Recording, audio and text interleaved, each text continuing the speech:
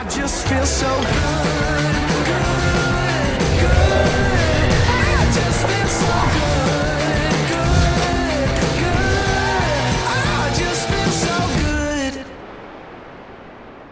Hey everyone. Hey, we were going to give you like 20 seconds to be quiet, but we didn't need to. But everyone's already really quiet. So, hey, I'm Kay. You'll see me around. I'm extremely tall and a little bit intimidating, but I don't mean to be.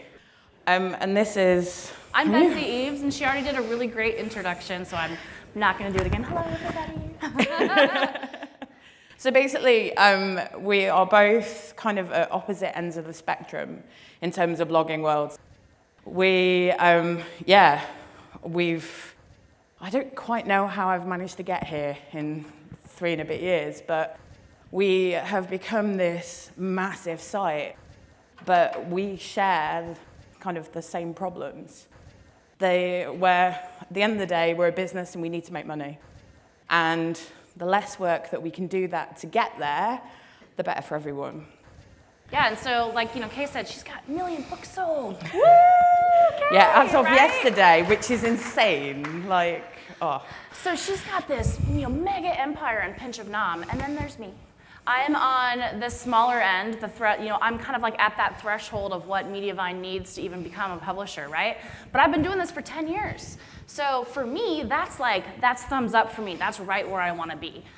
So I started in 2009, and I have been blogging my tushy off like the last 10 years. Then my husband retired from the military in 2016, and it was like, whoa, I have a chance to have a career now. So I transitioned out of blogging into consulting, which I love how Maria talked about the things that she does and all the different areas in which she is a brand. I did that for myself in 2016. And so I'm still a blogger, but I'm also a consultant. I also work in the nonprofit industry. I'm also an advocate. And I do all of these under the same umbrella, which I loved that also analogy that she used. So although we are at the opposite spectrums of what one would consider success, I define success my way, and Kay defines success her way. So we are successful right where we're at, and that's okay. So when you hear us talk today about some of the things that we have done to define success for ourselves and some of the tools that we've used to do that, you can apply those to where you are right now in your blogging journey. And you will be able to determine what your keys to success will be, and we'll help you get there. I think what you talk about, though, the word success, is it means so many different things to everybody here. I mean, I know my success is kind of like we talked about this yesterday, like our version of success is so different. And we're going to talk a little bit about that and about what it means for both of us. But yeah, one of the things that we've both struggled to do, because we're both really busy people, is to create content. There used to be this thing where most bloggers were told, or you read on a Facebook group or wherever, that you have to create lots of content each week and get on that treadmill, and that isn't always possible. For the last year, I've got a little team, but we've been crazy busy creating this book, which there's now 3 books. It's just a little bit mad. But we've really, really struggled to create content for the website. So... yeah, newsflash, neither of us have really created anything new in the last year.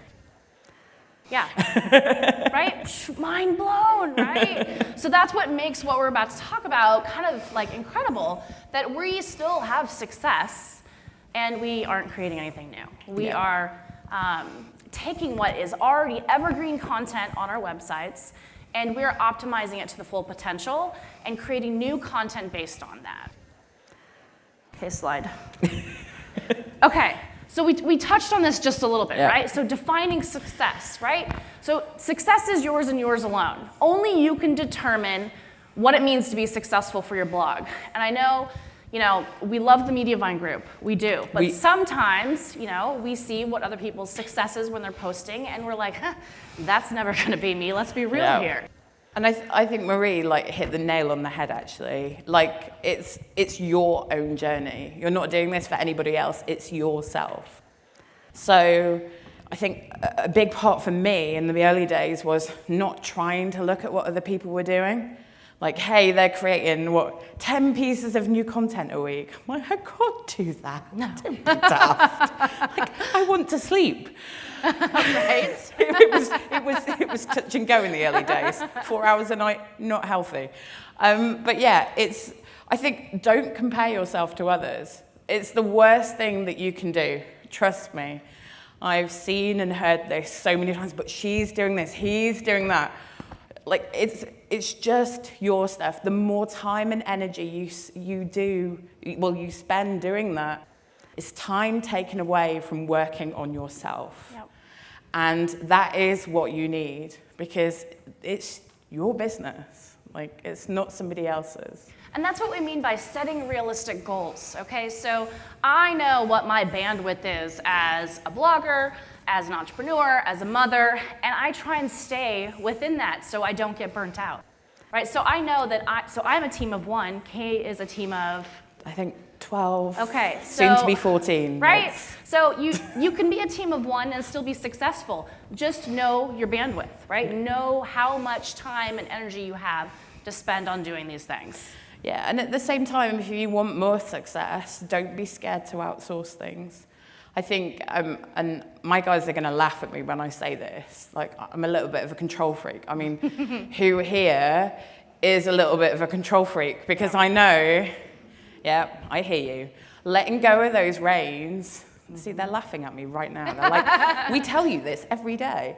Letting go of some things sometimes isn't a bad thing.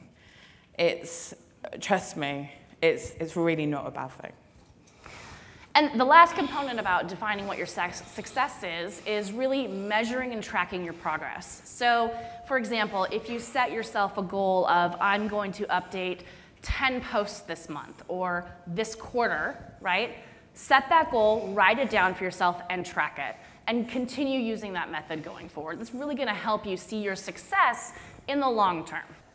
I think it's really helpful as well to actually write it down, because sometimes when you think of an idea and you're trying your best to get there, because you are so busy, if you've written it down, you can actually go back to it and say, hey, I did that. And it's a really good place to start. It's something that we do most of the time now.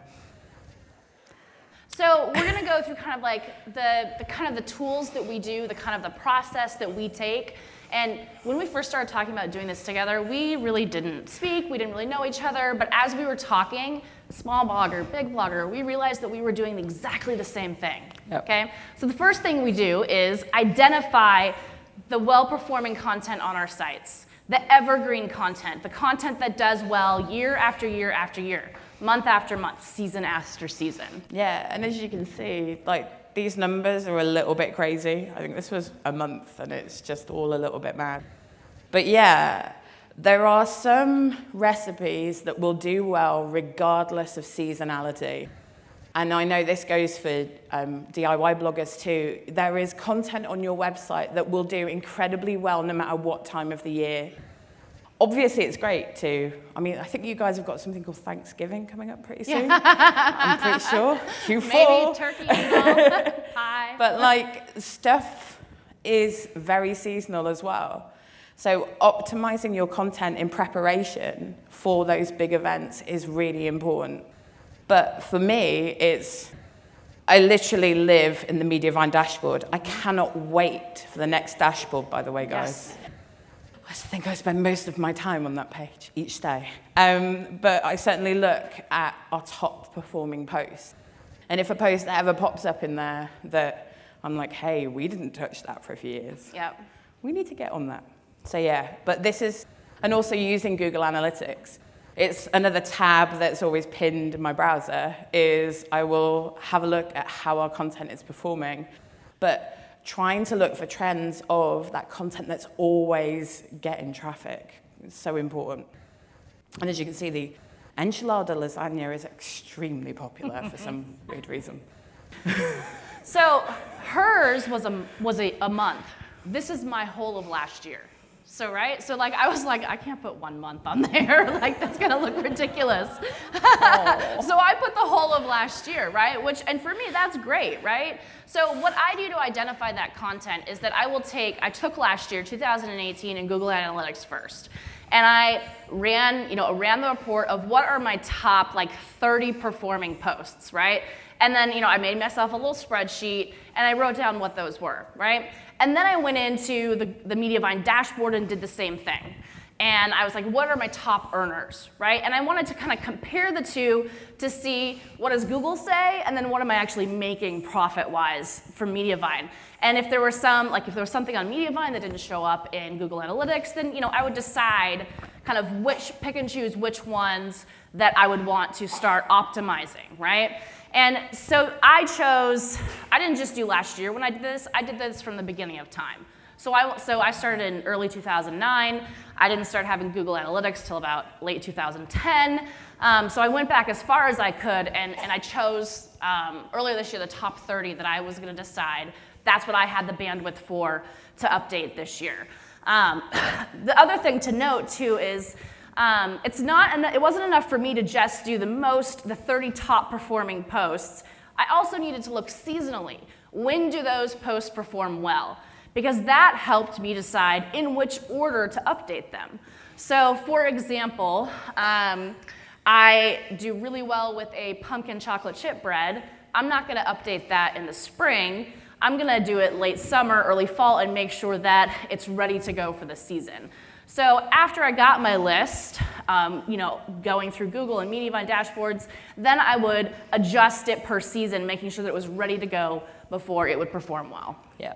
And I think, like you touched on, seasonality is incredibly important, especially when we come into Q4. Like this month is traditionally, for RPM, is an incredible month. I think we're all really excited. Yep. I don't sound too excited. I think it's the British in me. But yeah, like Q4 is so important. And seasonality is something that you really, if you can look ahead, do so, because you'll reap the rewards. All right, so now if you have your computer with you, we're gonna take 2 short minutes. If you don't, then just think about what you know about your site. And I want you to start thinking about working on one of these posts. So pull up like your top 3, look at those, and decide which one that you want to focus on while we're talking today. And so we'll give you about a minute or so to figure that out. I think the easiest way is probably to go to your Mediavine dashboard, change the dates, and see what performed well for the past 90 days or so. Do you care if your popular post is because of Pinterest or SEO? I get 85-90% of my traffic from Pinterest. I don't really care where the traffic comes from. All I care is that it's doing well. So, I think for me, 10%, not even 10%. It's about 2 to 5% of our traffic comes from Pinterest. Like as a food blogger, we're a little bit different. But yeah, I certainly do care where they're more popular. But I'm always going to go after Google above and beyond everything else, because essentially that traffic is free, and it's content that's going to earn you, certainly in our case, the most amount of money for like the least amount of work. So once we've identified the posts that we're going to work on, okay, the first thing we think about are what are the keywords associated to this post that are trending well. Now, full disclaimer, I do not have the bandwidth to do keyword research. So for me, on this particular slide, I use a company called Second Street Services, Liz and Doug Latham. They are Mediavine publishers. They offer service to do this for me. So full disclosure, I'm not an expert on keyword research, but I understand that it still needs to be done. So I hired them out to do it for me for these posts. But Kay, on the other hand, me and Sophie, who's out in the back, she's our head of marketing. We kind of live in SEMrush or SEMrush or however you want to pronounce it. I'm not entirely sure how. But yeah, we literally live in there, and we track most of our keywords. And also, when we're trying to fashion or work on new content or update existing content, which is what we've done for most of this year, is working out, is that keyword competitive? is that keyword actually what people are searching for? Because sometimes when I think of the name of a recipe, it's not what most people would call it, especially for me, because you guys talk a little bit differently to how we do. And your zucchini is our courgette.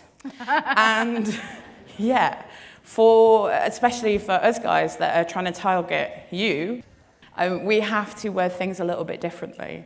And this certainly helps. But I think one of the easiest tools to use, SEMrush, by the way, is a bit of a minefield. It's one of those things that will intimidate most people in this room, and that is okay. I'm not going to stand here, though, and waffle on for 2 hours to show you how to use it, because you'd be bored and very asleep, and I know lunch is coming soon, so yes. But sometimes one of the easiest things to search for keywords for is just start putting a keyword into Google, and it will suggest things for you. Like, there is nothing wrong with searching and seeing what other people are calling recipes or DIY tutorials. Sometimes Google will just tell you. And if that is difficult, just ask your readers. Most of you will probably see in Google Analytics, you can actually see what people are searching for on your site. And we use that quite heavily currently, going through a bit of a phase of updating an awful lot of content in a very short space of time. But you can actually see what people are searching for. And that is invaluable, because at the end of the day, your readers are kind of who you want to tell you what they want.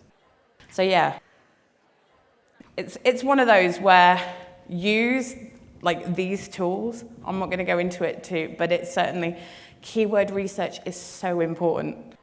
And quite often, before our recipe team start working on a recipe, I'll say, hang on, let me just put this in before you start naming it anything, because it is so important. So once you have identified those keywords, right, now what are you going to do with them? Yep, so great. I know that there are this keyword for pumpkin chocolate chip bread, but there's also maybe 3 or 4 related keywords also. So now what do I do with it, right? All right, so. Like the jab. Is that what it takes? Okay, so we have our keywords, right? So we kind of put them into these like 3 buckets, right? Content, keywords, and links are kind of standard what we think about. This is not everything, okay? And you don't have to do all of this. These are just kind of how we bucket it together, and how we kind of think about how we're gonna rewrite a post, right? So imagine the post that you have. You maybe know some keywords you're already using, right? So now I'm gonna think about, what am I gonna do? The first thing I like to do is I like to rewrite the post. And that doesn't mean starting from scratch.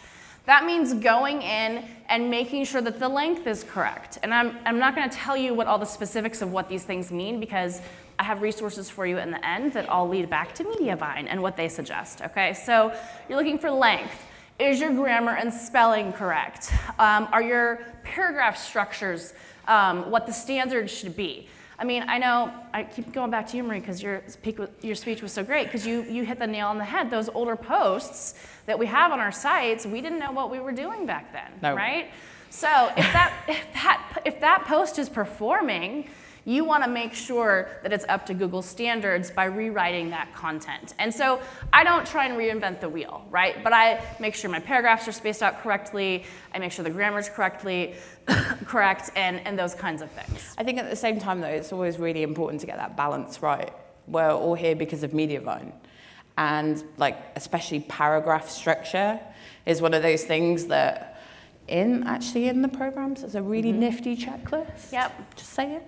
Yep. And like paragraph structure to optimize for ads is also incredibly important.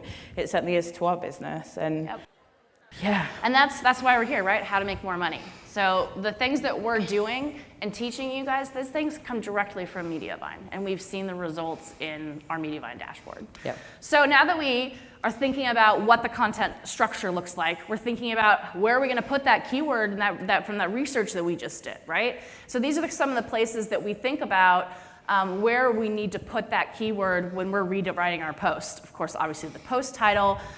In the first paragraph is important, the recipe titles, and also the photos of your recipes as well as needed. I mean, if you have a a shot of, the pictures of everything on your table, and it's like a beautiful, you don't necessarily have to put the recipe title there, but if you're showing the pumpkin chocolate chip bread, name your photo that, right? And then finally, you want to make sure that within your content, you're linking back to yourself. And this is another great way to think about too, which we'll talk about in a little bit, but it kind of goes back to this. If you create a new post based on this one that's already performing well, you can go back and link to each other, right? So, I remember from a conference a while ago, Amber talked about, I think it was potatoes. Was it potatoes that your post was performing well?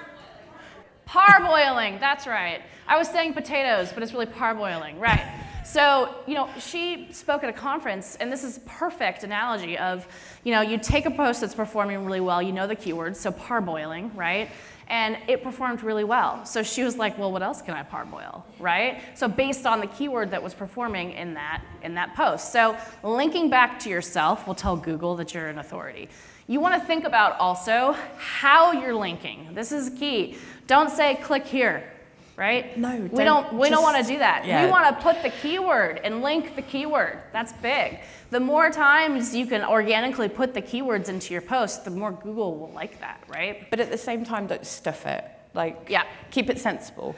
Not too many, and it gets a little bit too much. Well, that leads to the last point here is to balance the links, right? So you think about the number of links you're linking to yourself and you're linking externally. It's great to link to your friends, but make sure you remember to link yourself too, right? Yeah. All right. Oh, okay. So now that we've kind of gone over and given you some ideas about how to update your post, jot down a few action items that you'll take to update that post that you identified for yourself. So we'll take about a minute, just jot down some ideas about what you're gonna do when you go home to update it. And go. So I'm gonna ask one of you in the room to raise your hand and tell me what you wrote down. Somebody? Anybody? Don't make me call on one of you. No? Nobody wants to share? Oh, we have a winner chicken dinner. All right, wait for a mic, please. Oh, I got you. Thank you. Hi. So tell everybody what your name is and what your blog is. My name is Cindy Scott, and my blog is Smart Family Money. And I was looking at a post that's pretty old. It was like from the beginning of my blogging career, and it is one of my most popular posts, even though it's kind of an off-the-wall topic for me. And I wrote down I need to check my images, check the names of the images, the alt tags, the descriptions, because I don't think I filled all that in back then. I need to add a create card, because it would lend well to a how-to card. And I need to check my paragraph links. Perfect. That's perfect, right? It is. So So what I love about that and what I love about what we're doing now is we're starting with one, right? We're not thinking about having to update all 8,000 or millions, whatever Marie was like, right? So no, we're gonna think at one and take it one little piece at a time. So thank you for sharing that. Because it's so important. I mean, we're currently going through updating every single piece of content on our site. And I wake up most mornings and I go, oh my God, how many? But when you break it down per day, or even just one, it makes it so much more achievable, rather than this massive mountain that you have to climb as, oh my goodness, where am I gonna start? Right. Yeah. Okay, so let's talk about our old pictures, okay? So these aren't old photos. I'm a little bit too ashamed. I'm really sorry. These if these are old photos, I don't know what I'm gonna do. No. These are actually our new photos. We're about to launch a new website, and as part of that, we've gone through a crazy mammoth journey with the book, and as a result, we've really had to up our game, completely unexpectedly. So as part of that, we are going through I think our top 100 photos to update them. And this is what they look like. They're really pretty, but they did not look this pretty. And I do apologize for not having it before. You do have it before, though. We'll go to mine. Okay. I wussed out. So, okay, I'm sorry. That's the pumpkin chocolate chip bread I'm talking about. I had one photo on that post from my camera up above. And for some reason, it's square, and that's the only one I have. But guess what? That post is in my top 10, right? So I was just like, I didn't know what I was doing. One photo, right? So it's not a horrible photo, but it could be a lot better. Let's be real. It's not a bad photo. No, I mean, to be fair, it's not bad. But let's be real. So as part of the process, when I got to this post, right, it was critical that I created new photos to go along with it. And when I'm creating these photos, I'm thinking about Pinterest, and that the photos that I create and recreating need to be sized and layout and appropriate for the platforms that I'm going to be sharing it on. Yeah, I think one of the most important things is certainly with your website is most of our photos are now in portrait. Like you, we did squares and landscapes, but you want length of article. Mm-hmm. I remember Eric talking not that long ago, maybe it was a longer while ago. He was like, you need to make them longer. Make them longer. More ads, make them longer. Yep. And certainly, you make your photos longer, it most certainly helps. And it did for us big time. So. Yep. So, okay. All right, now that our content has been rewritten, okay, and we've updated our photos, and we have this base of keywords now that we have related to this high-performing post, what are we gonna do to create new content based on that? Okay, and this is what we've been doing the last year, is going through these posts, right, updating them one by one, and then creating new and related content that can build off the success from that post. For us, it's all been about video. One thing that you will hear time and time and time again is that video works, and trust me, it works. There is no way that I would be stood here if I'd ignored what Eric and Amber had to say about video a couple of years ago. Do it. If you can't do it, find somebody that can, or use Animoto, which actually Animoto. is pretty easy. Motto, Yeah. You know. What okay, I mean. whatever. It's actually Tomato, pretty, tomato, exactly. Animoto, Faucet tap. Yes. It's actually pretty easy to use, but for us, making videos of existing recipes that we know are popular certainly beats us making new recipes, trying to work out if it's going to work, if it's going to be a bit of a doozy, and spending all that time making a video would be a little bit worthless. I mean, I think everybody here who's a food blogger who's created a video at the same time you posted a recipe, there's going to be some that didn't do that well. And you'll be like, hey, I spent all that time making that video, and it's not really doing much for me. And certainly one of the things that we've done the most is working out what recipes do well, how easily can we make a video. And it doesn't even have to be a step-by-step. It can be something so short and so snappy. It can be just the steps. Like, hey, do people ask you how to chop the onions in a recipe? I know we get it every day is, how do I chop that? How big should it be? And quite often the easiest way to show that is via a video. And they're so easy to shoot. So, yeah. Well, I don't even shoot video. I create video collages based on the reshoot photos I do. So I do not have the bandwidth to go in my kitchen and set up and put all this paint on and all of that, right? So I take the videos to the reshoots and I use Animoto, or I'll use the Adobe Suite to create a 30 to 1 second video, 1 minute video. Based on the photos I use, and I add some text and some pretty music, and that's what I use, right? I also, I also will create a collage video. So you know how we do roundup posts, right? So take your top 10 holiday posts or your top 10 travel posts and collage video that, right? And that can be video content for you. So the way I think about video is not setting up in a studio and having to film myself making it. I think of how can I use the existing content I already have to make a video, right? Make your stuff work harder, work smarter for yourself. And a picture isn't just a picture. I think that's like the most important thing. It can become other things. So a picture can become a video. You might just need to make it move a little bit, or phase to another video, or a little bit of text to show somebody what you've done. But certainly, I mean, it will save you so much time and energy in doing these little things, and you can use them certainly in the new video player. Thank you for the playlist, it's much appreciated. But also, I mean, Pinterest now likes video too. Yes, exactly. So, and I know a lot of you guys will get a lot of traffic from Pinterest, so it certainly helps. So I mentioned, Amber's parboiling post, right? But once you have your keywords redefined of what people are looking for, you can also look at the rest of your post and see what else is in that I could spin off and make something else from, okay? So, Amber did a whole series on parboiling because that one post did well. Well, if you have who was it that I was talking to? It was last night we were talking about your Instapot, right? But she also wants to maybe do some travel, right? So how can she expand on a performing Instapot post but in travel? And as we were brainstorming together, we came up with, well, maybe she does an Instapot inspired recipe from a place that she's gone. And if that can tie into one of her high performing posts and she can use those keywords and link back to each other, even better. Right? So start thinking outside the box about how you can use your performing content to create other high-performing content.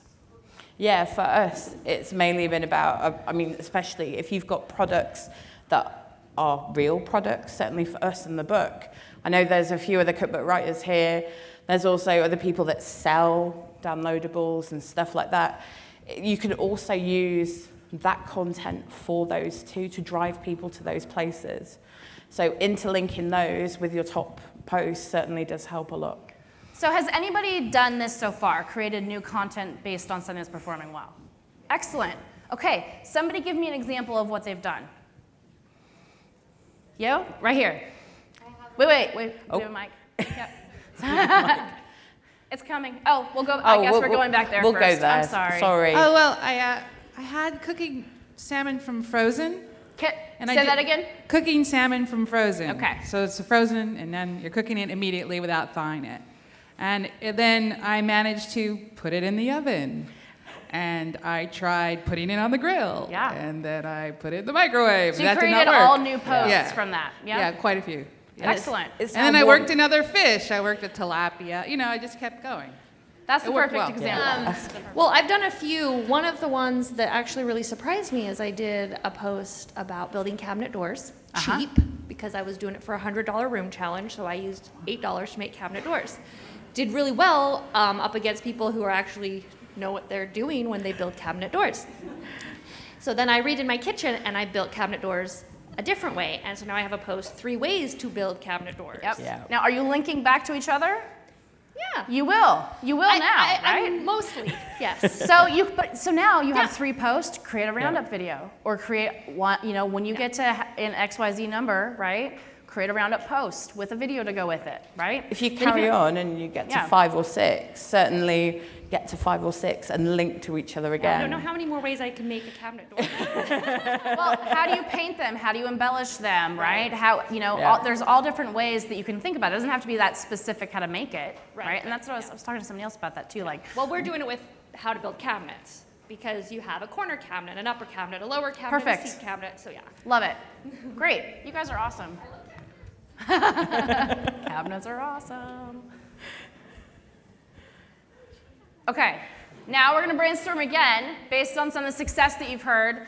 I want you to think, you don't have to do 3, but just think of some other things related to that post you picked out, some other new content that you could create, whether it's an offshoot new post or video content, or you're going to create some new social media content, whatever it is, jot down a few new potential topics related to your post that you could create new stuff with.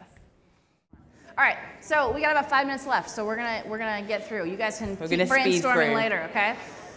Okay, so don't forget about updating your posts for social media. We've kind of touched on this lightly, right? But social media is changing, and the platforms on social media are changing.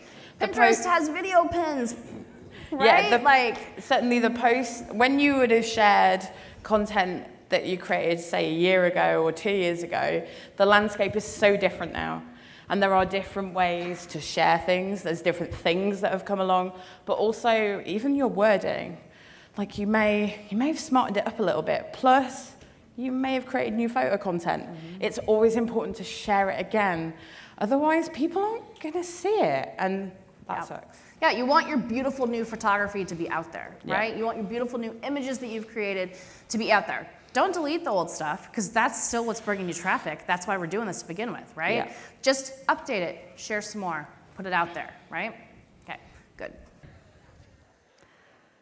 Okay, y'all, Take a breath. Yeah. Let's be patient with this process, right, Kay? It is not instant. It certainly is not instant. I know some of you here, I kind of think sometimes I'm preaching to the converted, because I know some of you guys will have already done this with some content, and you'll be waiting for it to do a little better. There's some of you guys that's probably updated content and you've seen the results, but it's so important to be patient. Remember that your success is yours. Just quit looking at what other people are doing. Like, this is yours. So I'll give you an example of how I have set myself up to be successful, to be patient, okay? I talked about, picking my top posts. So for me, I decided that I can do 2 updates a month. But for me, that means I hired somebody to do 2 updates a month, but I still manage that whole process, right? And there's still, because I have a full-time job. So for me, it was, more cost-effective for me to hire somebody to do it. But I know that I couldn't do 30 in 1 month. I'm not going to be able to afford that either, right? So I decided that I'm going to do 2 a month until my first top 30 are finished. And then when those are done, I will reevaluate and maybe move on to the next 30. But I know that I'm doing this for long-term gains, right? So I may not see success on an update in the first month, the first week, or the first year. My older posts that are successful because they're older. They've been around longer, right? So just know that once you update doesn't mean you're automatically going to be ranking #1 in that post because you've updated.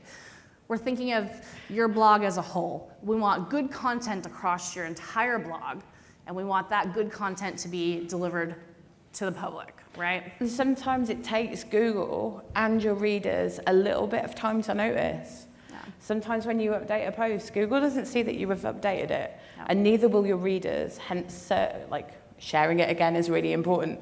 But certainly, my guys are going to laugh, being patient is one of the most important parts of this whole process, because nothing is instant. All right, so I've got 2 slides here, and don't feel like you can't take pictures of it, but we're going to send you this deck afterwards, okay? And so you'll be able to come back, and everything that we mentioned and learn how to do are in this slide and the next one. Because we have listened to the Mediavine team, and they have told us what we need to do to be successful. And we've reached out to their publisher support team when we've had questions, right? So, Oh, yeah. right, so many. So all the information you need to do everything we talked about is in between this slide and this slide. Yeah. Okay, and there's even, if you look in your agenda, there is a half a dozen pages that actually come straight from these posts. With checklists and things to do to help you exactly with what we talked about, okay? I mean, I think it's fair to say that these guys, they know what they're doing. Yeah. They really do. There is no way that I'd certainly be in our position if it wasn't for Mediavine. Yep. I wouldn't be able to employ people. There's no way I'd be able to do that. I'd be very poor. But I just wouldn't be able to. But through us listening to what they have to say, they know their stuff. And don't disregard it. Those links are some of the most important links to certainly my business and to yours. Yep. So yeah, there. Yep. So bottom line, take your high-performing content and make it work harder for you. That's all there is to it. You can have been blogging for 2 years or 10 years, right? Take what is working well and make it better. And yeah, that's it. That's it. Thanks, everybody.